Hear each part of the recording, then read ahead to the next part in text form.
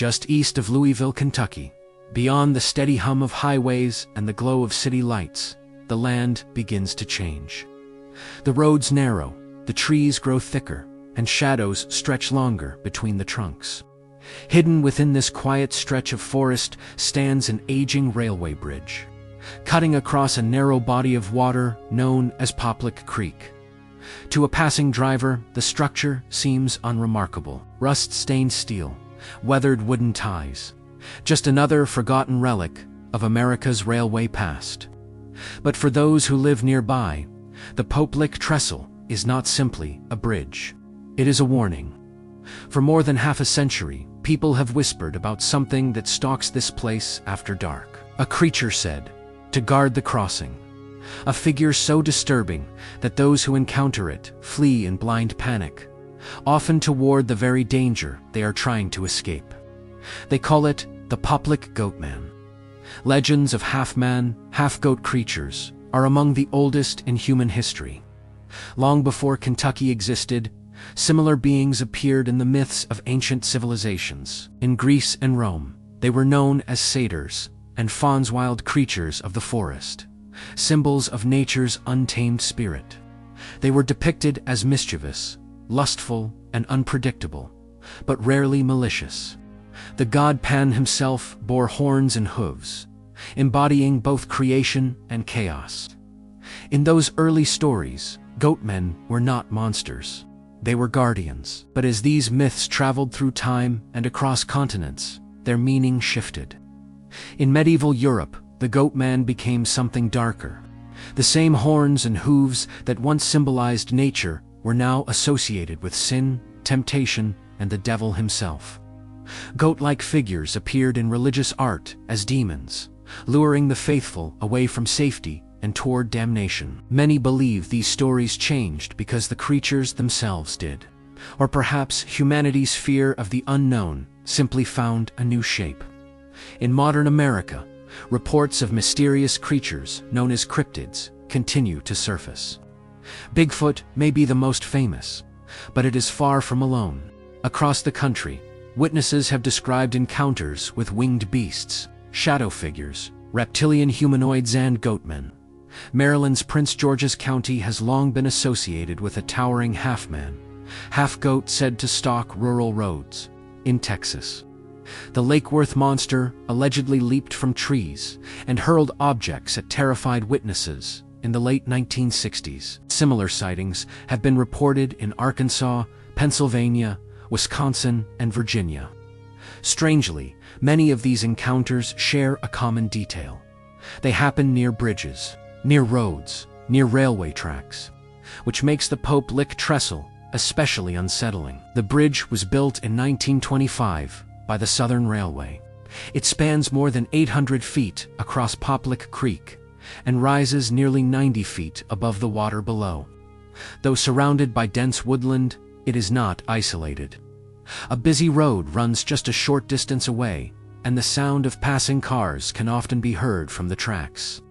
And yet, when night falls, the area feels unnervingly cut off from the modern world. The trestle looms above the creek, like a skeleton of iron and wood, creaking softly as the temperature shifts. Locals say the bridge feels different after dark, heavier, as if something is watching. Over the decades, hundreds of thrill seekers, ghost hunters, and curious teenagers have been drawn to the trestle. Many came to test their courage. Others came hoping to see the Goatman for themselves. At least 12 never walked away. Official records list trains as the cause of most injuries and deaths. And yet, among believers, that explanation is far from satisfying. They argue that the Goatman doesn't need to kill directly. He manipulates. He lures. Those who claim to have encountered the entity often describe the same sensations. A sudden feeling of dread, a compulsion to move forward, even when every rational instinct says to turn back. Some report hearing whispers carried on the wind. Sometimes the voice says their name. As for the creature itself, descriptions vary slightly, but share core features. Witnesses say it stands upright like a man, but its legs bend backward like those of a goat or deer. It has hooves instead of feet, broad shoulders, and long horns that curl back from its head. In the moonlight, those horns are said to glint faintly, as if polished smooth by time. Whether it is flesh and blood, spirit, or something else entirely remains unknown. But the fear it inspires is very real. One of the earliest detailed accounts tied to the Popelick Goatman dates back to the summer of that year. A group of Boy Scouts set up camp near the base of the trestle. Their scoutmaster chose the location because it offered the illusion of wilderness without straying too far from town. It was meant to be a safe introduction to outdoor survival. As the boys gathered around the campfire that evening, one of them began telling stories he'd heard from his father. According to local farmers, the trestle was avoided at night. They spoke of screams echoing through the trees and strange noises rising from the creek. The scoutmaster quickly shut the story down. A practical man, he explained that animals often sound frightening after dark.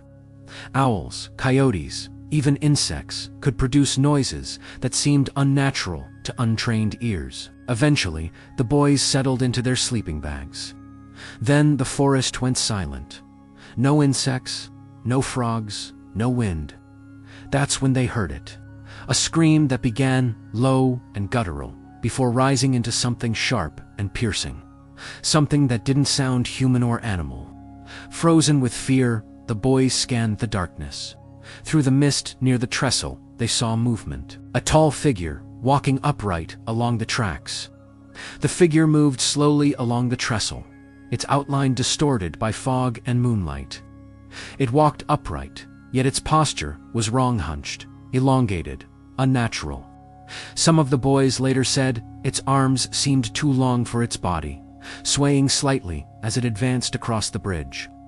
Then, faintly, they saw what looked like horns. Before anyone could speak, a rustling sound came from behind the camp.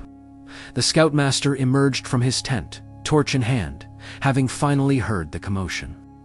He followed the boys' terrified gazes toward the bridge and raised the light. The beam cut through the mist. For a brief moment, the figure turned its head. Several of the scouts would later swear that it was looking directly at them from nearly 90 feet above. And then nothing. The light revealed only rusted steel and wooden ties. Whatever had been there was gone. No footsteps, no sound, no sign of movement. The scoutmaster, shaken but unwilling to admit it, told the boys it had been a deer, distorted by fog and darkness. He ordered them back to bed and stood watch for the rest of the night. Few of them slept. When dawn came, the unease did not fade. As the troop packed their gear, one of the boys noticed something scattered across the hillside beyond the creek. When the scoutmaster went to investigate, he found a sight that silenced him completely. The remains of several sheep lay strewn across the slope. Their bodies were torn apart with brutal force. Flesh ripped, bones exposed. The ground around them was churned and marked with dozens of strange impressions-cloven shapes, far larger than any deer track. Wild dogs, the scoutmaster claimed, or wolves. But even the boys knew wolves didn't leave hooves. The incident was reported, and a small article appeared in the local paper, dismissing the event as an animal attack. Officially, the matter ended there. Unofficially, the legend had begun to take shape. Over the following decades, stories surrounding the Pope Lick trestle multiplied. Farmers claimed livestock went missing near the creek. Hunters reported hearing strange cries echoing through the valley at night. Teenagers dared each other to approach the bridge after dark, some returning pale and shaken, others refusing to speak at all. Then there were the deaths. Most occurred in the same way: people struck by trains while trespassing on the trestle. Authorities labeled them accidents, tragic but unsurprising. The bridge was active, dangerous, and clearly marked with warning signs. But survivors told a different story. They spoke of feeling compelled to cross, of fear mixed with fascination, of an overwhelming sense that they were not alone. Some claimed they saw a figure standing motionless on the tracks, watching. Others said they heard whispers, urging them forward. By the early 1990s, the Popelick Goatman was no longer just local folklore. Paranormal investigators and thrill seekers traveled from across the state to see the trestle for themselves. Fences were installed. No trespassing signs were posted. None of it stopped people from climbing over. In December of 1993, 19-year-old Christina Butts and a group of friends decided to visit the infamous bridge. They had grown up hearing the stories, but didn't truly believe them. To them, the Goatman was little more than a scary legend used to frighten kids. Still, curiosity won. After scaling the chain-link fence, the group made their way up the steep embankment toward the tracks. The night was cold and quiet. The creek whispered below them, and distant cars hummed along the nearby road. Someone suggested walking across. It was a reckless idea, but peer pressure and adrenaline drowned out common sense. One by one, they stepped onto the trestle. The gaps between the ties were wide, the wood slick with frost. Every step required focus. At first, they laughed. Halfway across, Christina felt it. A strange pull. She would later describe it as a pressure in her chest, like being drawn forward by something unseen. As she focused on the sensation, she heard Ita whisper, faint but unmistakable. Her name. Panic surged through her body. She turned to tell her friends, but before she could speak, a low hum began vibrating through the bridge. The sound grew louder, stronger. Then came the horn. A train burst into view, racing toward them along the tracks. Chaos erupted as the group tried to run back the way they'd come. Christina slipped, her foot wedging between two ties. She screamed as she struggled to free herself. David Smith turned back. Dropping to his knees, he pulled at her trapped leg while the train closed in. At the last possible second, they managed to free her foot and rolled off the side of the bridge, clinging desperately to the wooden beams as the locomotive thundered past. Sparks rained down. The metal screamed. When it was over, Christina was left hanging beneath the bridge for nearly 30 minutes before rescue crews arrived. Miraculously, everyone survived. The conductor reported near misses, shaken but relieved. Christina became a local headline, but she didn't tell anyone about the whisper, not at first. When she finally did, David went pale. He told her he'd heard the same thing. It had spoken his name too. For years, the story circulated quietly. Then, in April of 2016, history repeated itself. 26-year-old Raquel Bain and her boyfriend David Nee traveled from Ohio to Louisville for a weekend of ghost hunting. They planned to tour the infamous Waverly Hills Sanatorium later that night. With time to spare, Raquel suggested visiting the Pope Lick trestle. She had read the legends. She wanted to see if they were true. Ignoring warning signs, the couple climbed the embankment and stepped onto the bridge. David would later recall that Raquel seemed unusually eager, almost fixated as they walked farther out. Then he felt it, the hum, a metallic vibration rising through the structure. David shouted for Raquel to turn back, but she kept moving forward as if she couldn't hear him.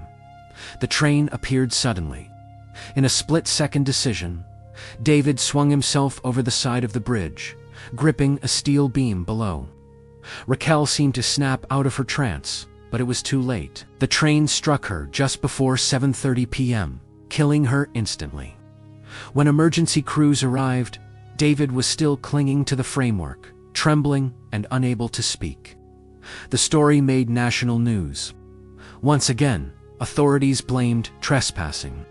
Believers blamed the Goatman. In the aftermath of Raquel Bain's death, debate surrounding the Pope Lick trestle reignited with renewed intensity. To skeptics, the tragedy was a grim but predictable consequence of trespassing on an active railway line.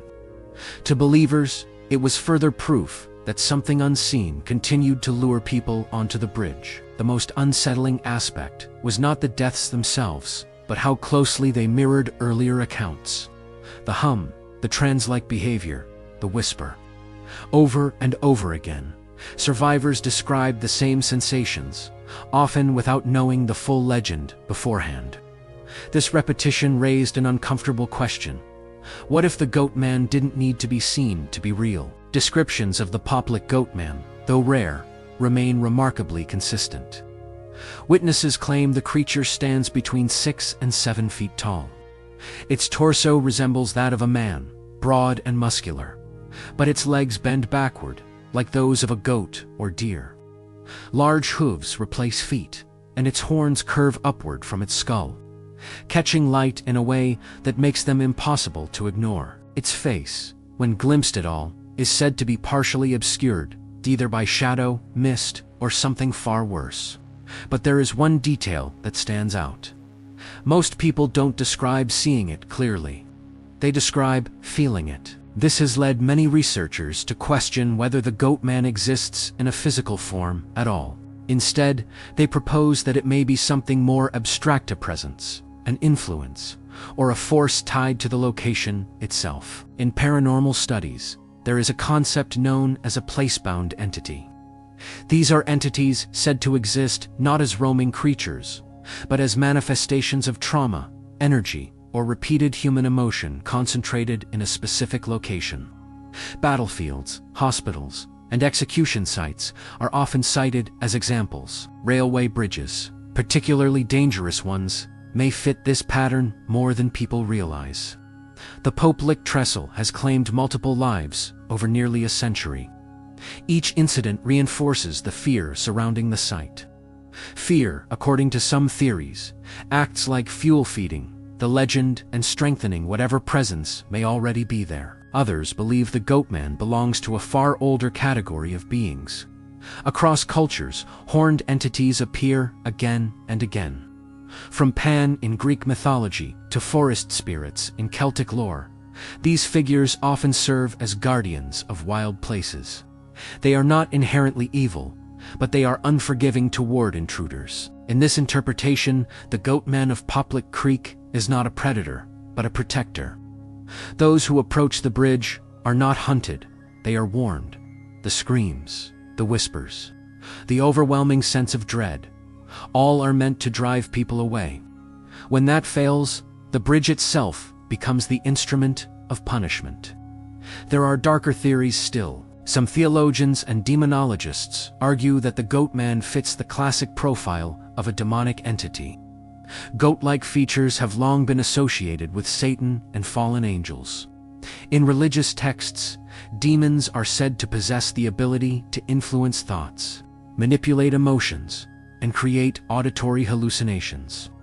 The whispered names reported by survivors are particularly troubling. In cases of alleged demonic oppression, hearing one's name called is often cited as an early warning sign.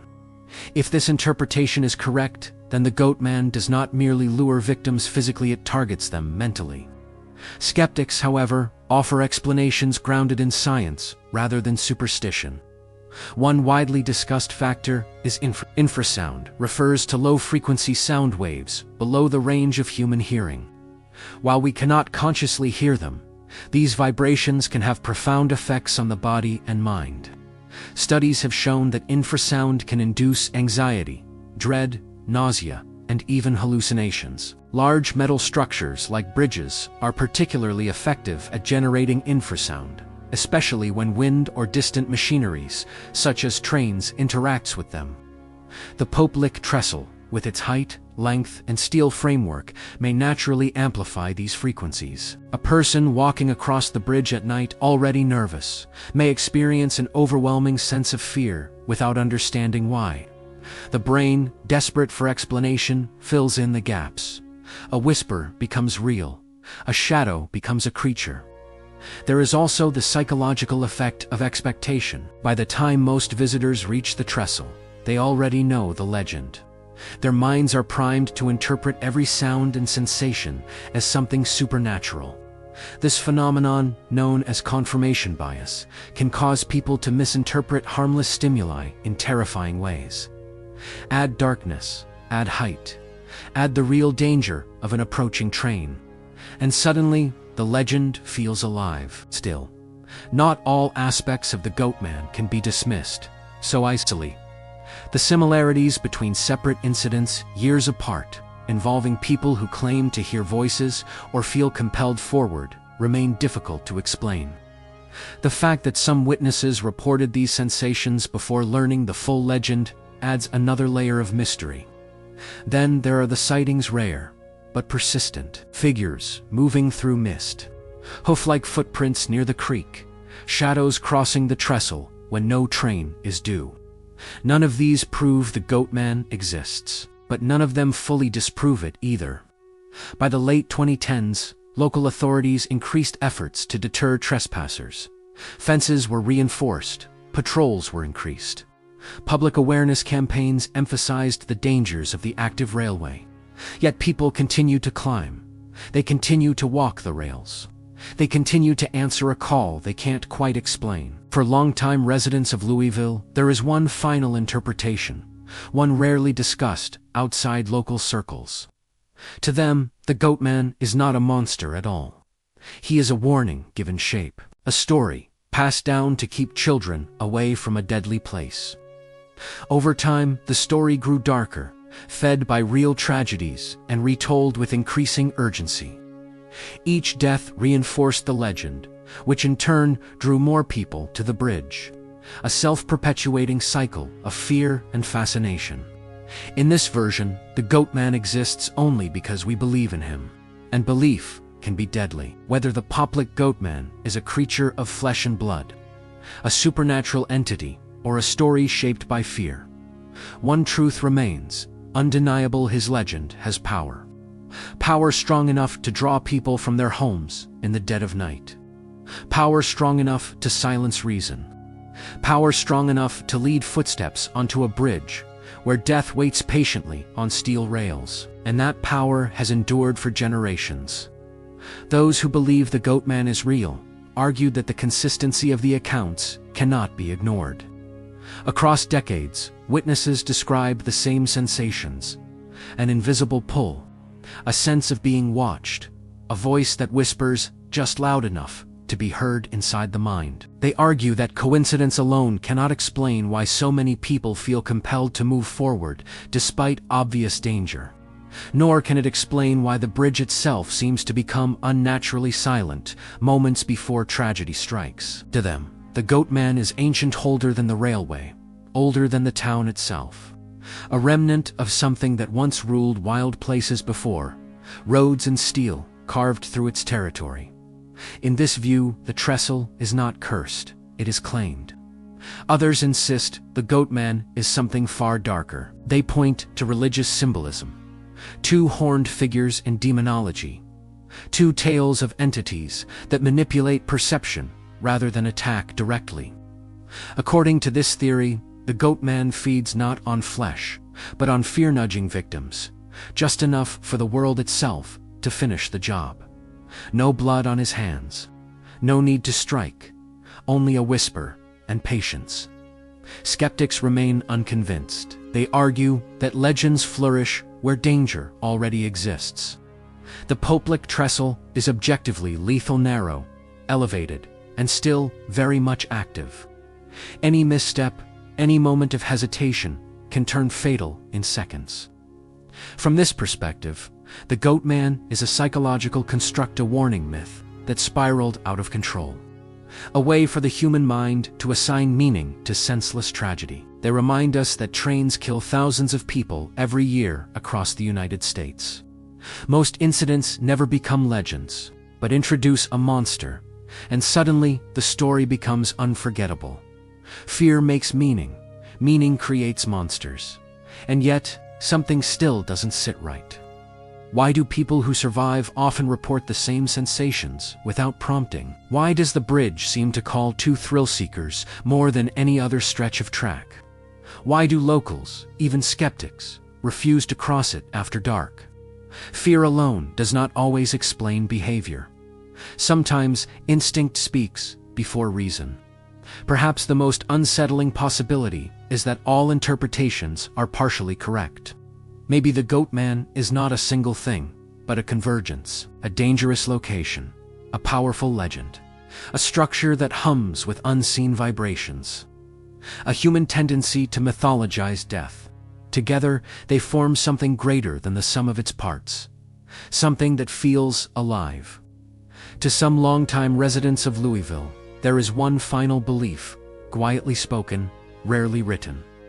They believe the Goatman is a guardian, not of the bridge, but of life. They say the fear he inspires is meant to save people. That the screams, the shadows, the whispers are attempts to drive intruders away before the train arrives. That those who die do so not because the Goatman wanted them to, but because they ignored the warning. In this interpretation, the real tragedy is not that the Goatman exists. It's that people don't listen. Even today, despite fences, signs, and patrols, the Popelick trestle continues to draw visitors. Teenagers looking for a thrill, paranormal investigators chasing proof, urban explorers seeking forbidden places. Most leave unharmed. Some don't. Each new incident breathes life back into the legend, ensuring it will never truly fade. As night falls over the woods east of Louisville, the bridge stands unchanged. Rusted steel stretches across the darkness. Below it, Popelick Creek moves silently through the trees, indifferent to the stories told above it. Sometimes, when the wind is right, the trestle hums, not loudly, just enough to be felt. Locals say that on those nights, it's best to turn back, to ignore curiosity, to trust the fear rising in your chest, because once you step onto the rails, you may already be too late. The legend of the Popelick Goatman exists at the intersection of myth and mortality.